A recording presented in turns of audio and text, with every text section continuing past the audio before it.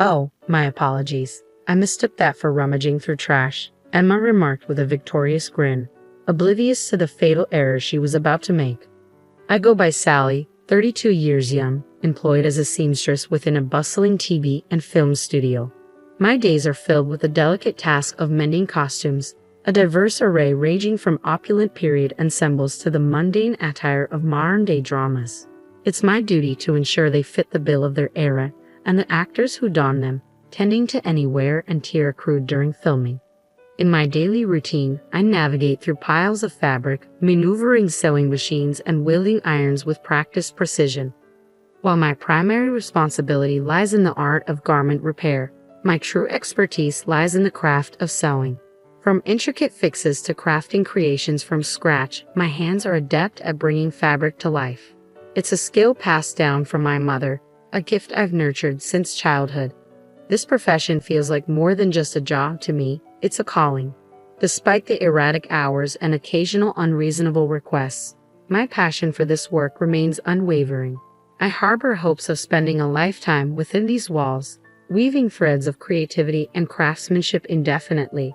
At this studio, fate intertwined my path with Joe's. He held the responsibility of tending to the needs of the actors, while I diligently worked on costumes. With a mere 3-year age gap between us, our daily interactions cultivated a bond that naturally deepened over time. After 2 years of shared laughter and challenges amidst our bustling schedules, we took the plunge into matrimony. However, as we embarked on this new chapter together, life threw a curveball. My world was shaken when my mother fell gravely ill and departed unexpectedly, casting a shadow over our joyous occasion and prompting Joe and me to postpone our wedding plans. Originally, our wedding plans were modest, envisioning a simple ceremony in a local church surrounded by close family. However, the unforeseen delay in our nuptials prompted us to reassess our priorities, setting our sights on saving up for a more elaborate celebration and a dream honeymoon. Given the erratic nature of our work schedules, the idea of renting a separate residence solely for sleeping seemed extravagant to us. Thus, in pursuit of our wedding fund, Joe and I made the decision to reside with his mother, Emma, in their family home. Both of us had experienced the loss of a parent early in life, forging a common bond in our shared grief. With my father's absence and Joe's similar experience, concerns for Emma's well-being weighed heavily on our minds. We embarked on this living arrangement with the best intentions, hoping to foster a harmonious relationship with Emma. Little did we know, it would mark the beginning of an unforeseen ordeal. Emma harbored no desire to foster a harmonious relationship with me. To her, I was nothing more than an interloper who had stolen her son's affections.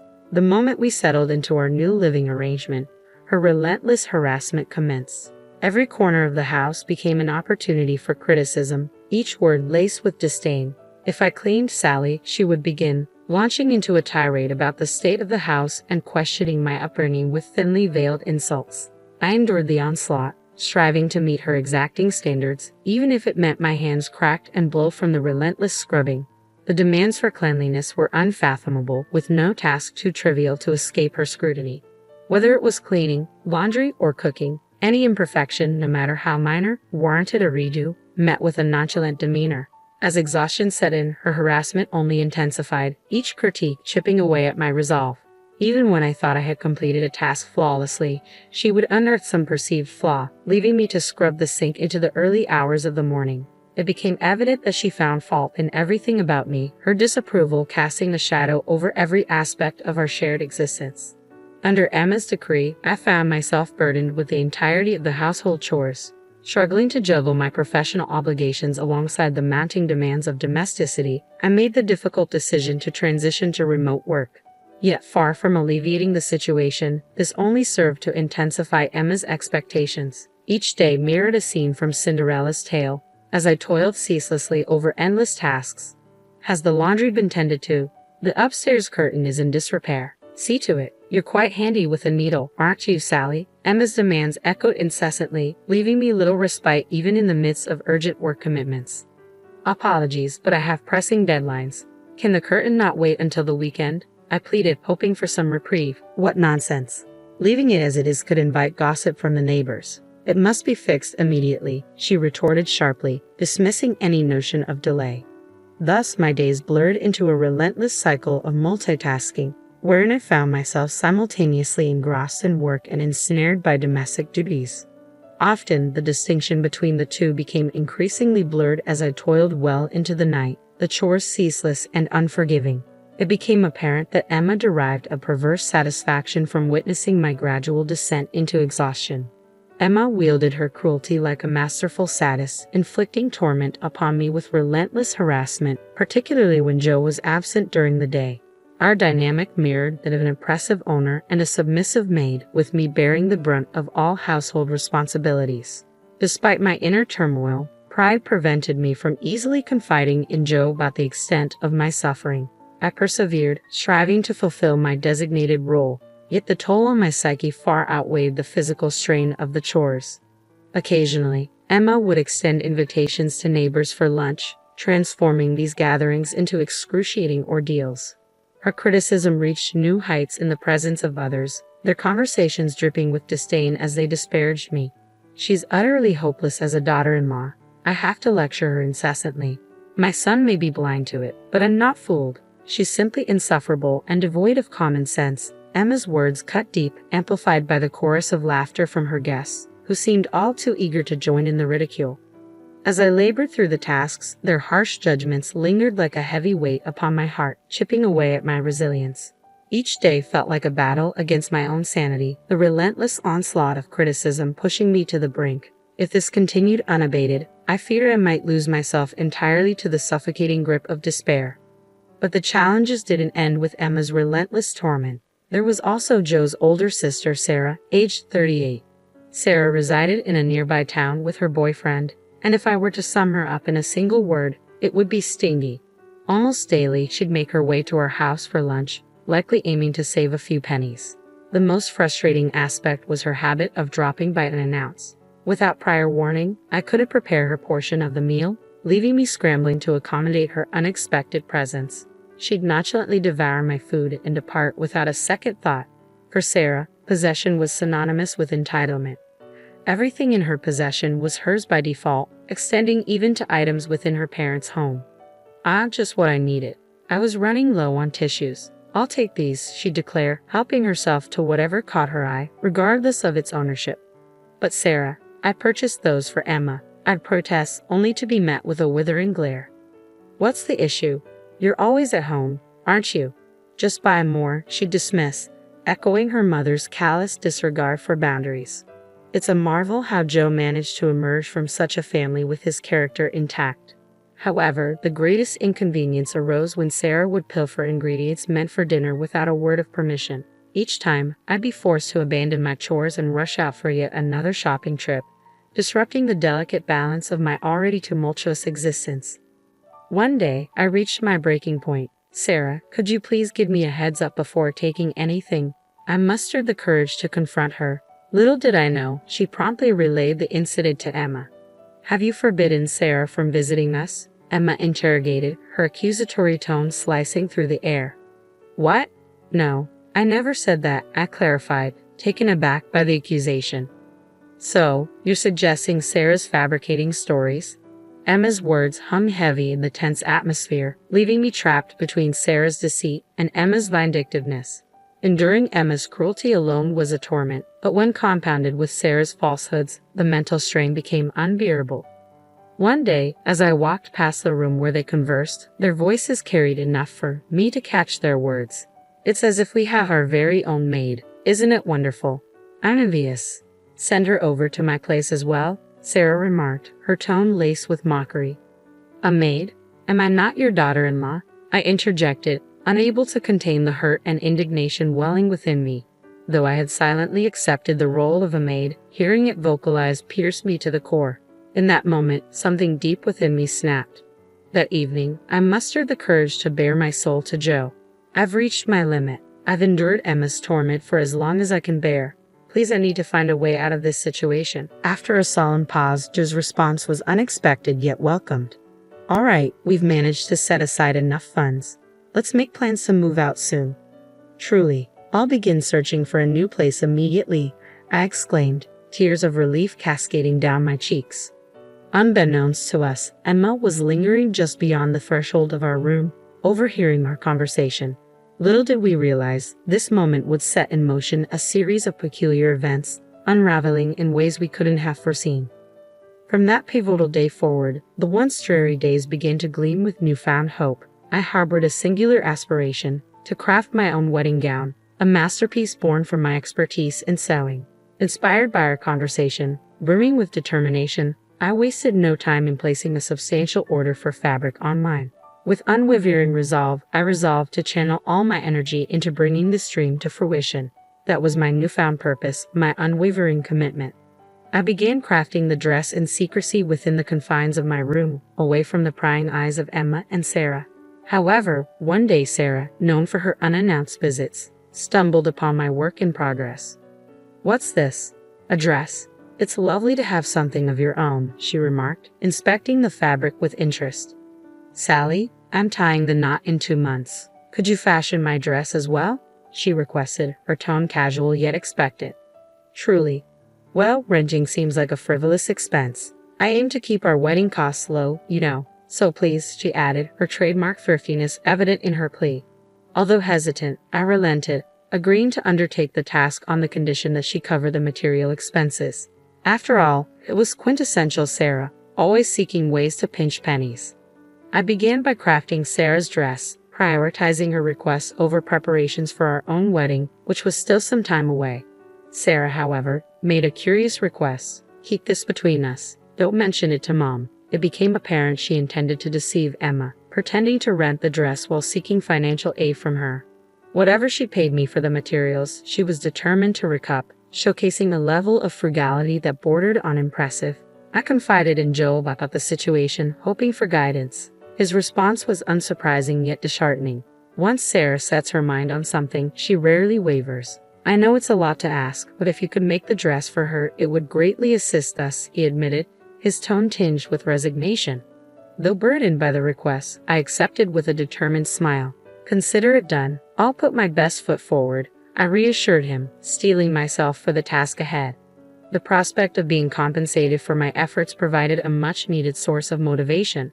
I viewed it as an opportunity to refine my skills, all while saving on materials for my own wedding dress. Additionally, there lingered a glimmer of hope that this endeavor might foster a better rapport with Sarah. With this in mind, I dedicated myself to the task of dressmaking, squeezing it in between my household duties and primary job. Even Emma seemed to take notice of my newfound focus, occasionally casting curious glances into my workspace. As Sarah's wedding day rapidly approached, the dress I had been tirelessly crafting neared its completion. Then, unexpectedly, Emma paid a visit to my room wearing a smile. "You've been working diligently again today. Aren't you feeling exhausted?" she inquired, her sudden shift in demeanor leaving me unsettled. "Indeed, a little tired," I admitted cautiously, unsure of her intentions. "I'll brew some coffee. Why don't you take a break?" she suggested, her offer catching me off guard. "Really? That would be appreciated. Thank you," I responded, cautiously accepting her offer. With a reassuring smile, Emma assured me, "No need to thank me. I'll bring it to you shortly." Grateful yet wary of this unexpected act of kindness, I watched as Emma left the room, her humming leaving me with an inexplicable sense of unease. Emma making coffee for me, it was a gesture unprecedented in our tumultuous relationship. Various thoughts raced through my mind, but ultimately, I decided to put aside my concerns and return to my work. As I delicately added the final embellishments of lace to Sarah's dress, a sense of accomplishment washed over me. Despite the garment being intended for Sarah, I couldn't help but infuse it with a touch of my own care and affection.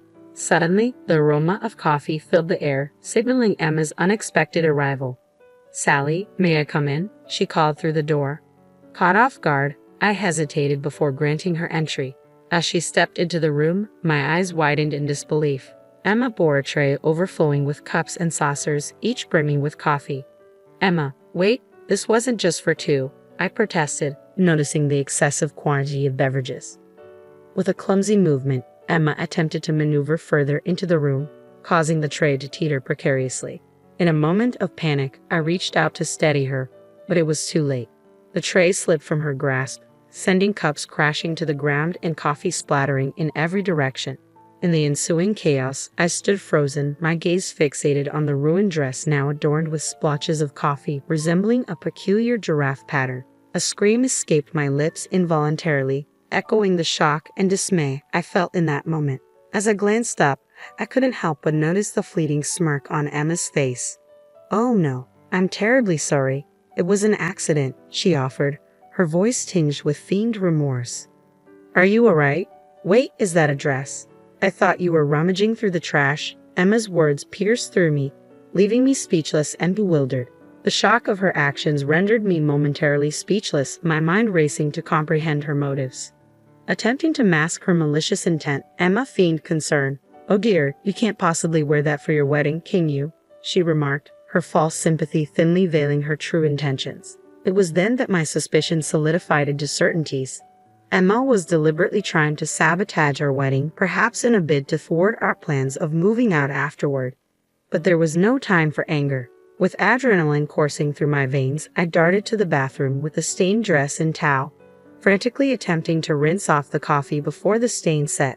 Emma's presence loomed in the doorway, her malicious grin fueling my determination to salvage the garment. "Need any assistance?" she offered with a sickening sweetness. "No, I'm perfectly capable," I retorted tersely, my voice tinged with a cold fury born of anger and panic. Just then, Sarah materialized behind Emma, her voice cutting through the tension like a knife. "What's going on? Are you tormenting Sally again?" Sarah's words hung in the air, a stark contrast to Emma's deceitful facade. "No, it's just an unfortunate accident. I accidentally spilled coffee on her dress," Emma replied smoothly, her tone dripping with insincerity. Emma's words dripped with apparent enjoyment, sending a chill down my spine. This was already a dire situation, but what followed was unexpected. "What? Are you serious? That's my dress." Sarah's voice rang out, incredulous and bewildered. Emma stood dumbfounded, her expression a mix of shock and disbelief. "Yours, Sarah? What do you mean? I had her make my dress. What am I going to do?" "My wedding is in 2 weeks," she exclaimed, panic seeping into her voice in a way I had never witnessed before. As I continued to scrub the dress, their frantic exchange unfolding before me, a realization dawned upon me. I had never disclosed to anyone that I was making the dress for Sarah. Emma's assumption that it was intended for me suddenly made sense. She wouldn't have purposefully spilled coffee otherwise. If she had known it was for Sarah, there would be no motive for her to ruin it. Joe and I have long harbored plans to escape the oppressive confines of this family home once the wedding is behind us. In Emma's eyes, I've forever been the interloper, the thief cat who dared to snatch away her beloved son. The idea of her son being whisked away by someone she deems a mere maid is unbearable to her. In her mind, sabotaging our wedding seemed like a desperate attempt to anchor her son to home. Such petty and vindictive thoughts birthed her bizarre actions. Sarah's fury erupted like a storm, her accusatory words aimed squarely at Emma. "How could you? Everything is ruined. I can't believe my own mother would sabotage my wedding. I'm truly sorry, Sarah. Please find it in your heart to forgive me. I had no idea it was your dress. You don't think I would intentionally do such a thing, do you?" Emma's voice quivered with genuine remorse as she finally revealed her true feelings. As the heated exchange unfolded, I focused intently on washing the dress, feigning obliviousness to their confrontation. Suddenly, a man's voice cut through the tension, causing everyone to turn in unison. "Oh, Joe, when did you arrive?" Sarah exclaimed, startled by her brother's sudden appearance. "So, that's what happened, Mom," Joe stated calmly, his expression inscrutable. I hadn't even realized he had been silently observing the scene unfold, his arrival timed perfectly amidst the chaos of the argument between his mother and sister. Joe's voice pierced the air, tinged with palpable disappointment. "You watched Sally pour her heart into that dress every single night, only to deliberately ruin it. That's truly despicable." "It's not what you think. This is," Emma began, attempting to defend herself, but Joe's interruption cut her off. "Don't try to make excuses." Joe's voice rose with frustration, causing Emma and Sarah to recoil in surprise. Emma, in particular, seemed stunned by her son's rare display of anger, a stark departure from his usual demeanor. Maintaining his composure, Joe continued, his tone heavy with sadness. "I'm deeply disappointed, Mom. Sally endured your mistreatment all this time, hoping that one day you might change. She did it for my sake because you're my mother. As Joe's words resonated through the room, a surge of emotion welled within me, threatening to spill over as tears. I had once misconstrued Joe's demeanor as indecisive and overly deferential to his mother, but now I witnessed a man steadfast in his determination to defend the woman he loved. Joe's unwavering stance, though perhaps unexpected, ignited a renewed admiration within me, reigniting the flames of my affection for him. Addressing Emma with unwavering resolve, Joe pressed on. "This is where we stand, Mom. I can't simply overlook what's happened. I'm sorry, but Sally and I will be leaving this place as soon as possible. I intend to stay until the wedding for your sake, but I cannot prolong our stay any longer." Though it was just a dress this time, who's to say what the future holds? Sally could be in danger next time, and by then, it might be too late. Emma, taken aback by Joe's assertion, interjected with a vehement denial. "Danger? Mom, I would never put her in danger." Joe's voice quivered with restrained anger as he confronted Emma. "How could you speak so callously after destroying all of Sally's hard work?" While his tone was measured, his frustration was unmistakable. This was his mother, after all, and Joe chose to express his discontent with quiet intensity rather than resorting to aggression. As Joe's words hung in the air, his expression shifted into something I had never witnessed before, an amalgamation of anger tinged with profound sorrow. It was a stark departure from the affectionate bond he shared with his mother. Emma, typically quick to retort with sharp words, stood speechless, tears streaming down her cheeks. It was a rare sight to witness Emma, usually so formidable, reduced to tears by her own son's disappointment. Sarah, too, stood in stunned silence, her gaze oscillating between Joe and Emma. The tension in the room was palpable, the weight of the moment hanging heavily upon us all. Later, Sarah made the difficult decision to cancel her wedding, realizing it was too close to the date to proceed amidst the turmoil within their family. Sarah was resigned to the fact that she wouldn't be receiving a refund. "I'm not to blame. Emma was the one who footed the bill," she reasoned, her tone resigned. In Sarah's eyes, at least she wasn't losing any money, but the situation weighed heavily on Emma. It seemed that Emma was finally beginning to grasp the gravity of her thoughtless actions, which had spiraled out of control. The shock of being reprimanded by her son had left her visibly weakened. However, the fallout extended beyond the confines of our household. Sarah's abrupt cancellation of the wedding incensed her boyfriend and his family. The strain on their relationship became untenable, ultimately leading to their breakup. Sarah placed the blame squarely on Emma for the dissolution of her relationship, and the accusations continued to echo long after. After we departed from the family home, Emma's calls occasionally came, often with a request for money. It became evident that one of her reservations about our leaving was financial. While we lived together, we contributed to household expenses, but Emma solely relied on her pension for income. It seemed her financial assistance had become a crutch for her. Each time Emma reached out, Joe stood firm in his refusal. "Mom, why not find work? There are opportunities out there. We all need to stand on our own feet. Please let us move forward independently," he urged, his words laced with a sense of responsibility.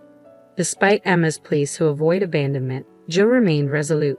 His unwavering stance seemed rooted in a deep-seated sense of duty. Eventually, Emma found employment as a janitor, a role that strangely suited her penchant for cleanliness, eliciting a hint of irony. Following her breakup and departure from her previous living arrangement, Sarah returned to reside with Emma. However, she ceased working altogether, relying solely on Emma's part-time income and pension. Upon seeing her again, I couldn't help but notice a striking change. Sarah was nearly unrecognizable, having gained a significant amount of weight. Joe and I have found solace in our new apartment, reveling in the tranquility of our newfound happiness. Gone are the days of snide remarks and sarcastic jabs. Our life together now is a blissful contrast to the dysfunction of our past in that family home. With a date set for our wedding, we've opted for an intimate ceremony, inviting only close friends and colleagues. Emma and Sarah, both grappling with their own struggles, won't be on the guest list. We've chosen to keep our celebration free from disturbances as they brought their isolation upon themselves. As preparations for the big day commence, I've begun crafting a new dress, a symbol of fresh beginnings and the beauty that awaits. This gown will be a testament to resilience far surpassing the one marred by a giraffe-like pattern.